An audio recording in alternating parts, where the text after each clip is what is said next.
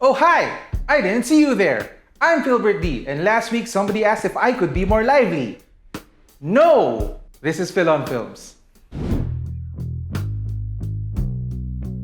This week, family history, Midsommar, and yesterday. Yesterday, Ellie bought you a present. all my troubles seem so far away. Now it looks as though they're here to stay. Oh, I believe in yesterday. Himesh Patel is Jack, a singer-songwriter on the verge of giving it all up, in spite of the prodding of his best friend/manager Ellie, played by Lily James. Then one night, all the power goes out around the world, and Jack gets into an accident. He wakes up and slowly realizes that the world is slightly different. Only Jack seems to remember the Beatles, and he soon decides to take advantage of this by taking their songs as his own. So this is a high concept premise, but the movie mostly chooses to ignore that high concept in favor of a bland romance between best friends that have yet to admit their feelings to each other. Not that I think that the fantasy should have rigid rules and explanations, but maybe that weird blackout at the start of the movie shouldn't have ignored the fact that the planet has different time zones. So the film presents parallel conflicts for its character. On the one hand, there's the general guilt of gaining success off the genius of others without crediting them, which is interesting. And on the other hand, it's about his inability to get with this girl because he's becoming rich and famous. Weirdly, the film is more interested in the latter, letting him off the hook for the intellectual theft in two of the film's most frustrating scenes. So for all the craziness of this premise, for all of its potential for strange situations, it still all just boils down to a grand gesture of confession to a girl. The music is great, of course. It's the Beatles. But the film doesn't do a great job of depicting why these songs are so great. It seems to treat the Beatles as a symbol of success in the music industry, a formula to be appropriated by anyone to achieve the same level of success. It actually feels like a disservice to the music, even as the film plays out these rapturous responses to the same combination of chords and lyrics. One last thing. Jack is played by an actor of South Asian descent, and it feels conspicuous how the movie avoids any reference to his ethnicity.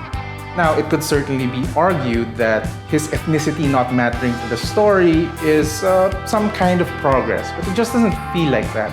It feels like erasure. It feels like lazy storytelling. The movie giving up the chance to tell a more specific, more interesting story. 1.5 stars. I invited Danny to come to Sweden. You know what she's been going through. Christian says you've got this special week planned. It's sort of a crazy festival. Special ceremonies and dressing up. That sounds fun.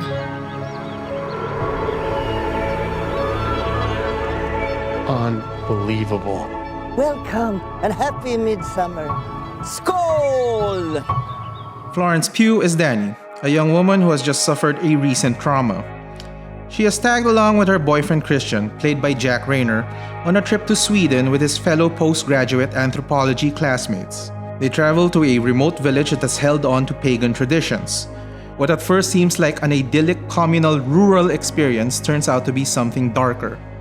First things first, there are two versions of this movie in our cinemas. SM Cinemas is showing an R16 version, which presumably cuts out a lot of the full frontal nudity and horrific violence. Everywhere else seems to be showing an R18 version that's uncut. Be advised. This is an unusual movie, to say the least. We could start with the fact that most of it takes place in broad daylight, foregoing the inherent advantages of shadows and darkness in horror movies. It also takes its time getting to its destination. It first lays out this elaborate foundation of relationship dynamics. Christian, as it turns out, is not a very good boyfriend, and this forms the anchor of the story as it gets progressively messed up. I suspect that people that had trouble with the last act of Hereditary might find more to complain about here, but there's just a lot of smart, wonderful work being pulled off here. The movie manages to make brightness feel menacing, finding something unsettling beneath things that might be considered quaint or idyllic. It smartly lays out these clues that pay off in spades later on, giving weight to the horrific images that it throws at the audience. I guess it would be strange to call this film wonderful, but that's the That's honestly the word that comes to mind. This movie finds darkness in the sunniest of visuals, building a sense of dread and unease as it has its characters begin to embrace the outwardly welcoming nature of the community, finding dangerous solace in the way that they make them feel like family. It's really smart, intriguing, wonderful stuff. 4.5 stars.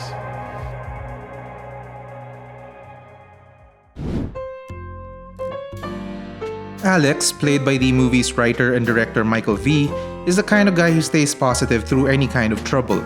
His disposition is truly put to the test when his wife May, played by Dawn Zulueta, is diagnosed with cancer, and after that, she confesses to him that she had an affair with another man. Alex tries to deal with this information the best he can, but starts to spiral out of control as he deals with his pain. There are interesting choices made in this movie. There are little bits that separate it from your typical family drama. Little bits where the film goes animated, for example, laying out the psyche of its main character who is genuinely going through some tough things. But apart from that, it kind of just looks like television. It makes the mistake of like replicating the aesthetics of a soap opera. In a couple of its most serious scenes, the camera zooms in slowly, stutteringly even at points. And it doesn't quite feel cinematic. Even if you put that aside, even if you can accept these aesthetics for what they are, the story just doesn't really work. The foundation of it is solid enough. And there are moments where the acting rises to the occasion and you can actually feel a glimmer of the emotion that they're trying to portray. But the script is just overly plotty. There's this general sense of insecurity to the whole thing. There are twists at the end, even though they don't really matter in the long run. It feels like they wanted to be clever. Like the script needed to be clever or it wouldn't be taken seriously. Also, there's this sense that like they weren't confident enough to let the drama play out on its own. Like Michael V needed to have jokes in there because that's what he's known for. And actually, the drama in itself has value. When the film actually gets serious, it's pretty good. But there are a lot of scenes where the drama is undermined by the fact that the main character is constantly making jokes. I will say that overall, I didn't mind the film. There's certainly room to grow, and those little bits of potential really show a creative hand that could one day create something really wonderful. But for now, it just doesn't feel like it's up to snuff. I look forward to seeing more from Michael V, honestly. Something that's less beholden to what other people think a good movie should be, if that makes any sense. It feels like there's a really distinct creative voice behind this film, and if it gets unleashed, it could be utterly inspiring. 2 stars. Thanks for joining us. We don't really have time for questions today, or actually really, I'm too tired to do questions because this was a really tiring movie day. But you know, do all the usual things. Like, subscribe, leave a comment, ask questions, do all the internet things. And until next time, goodbye internet. Foreigners, leave the girls of Boracay alone.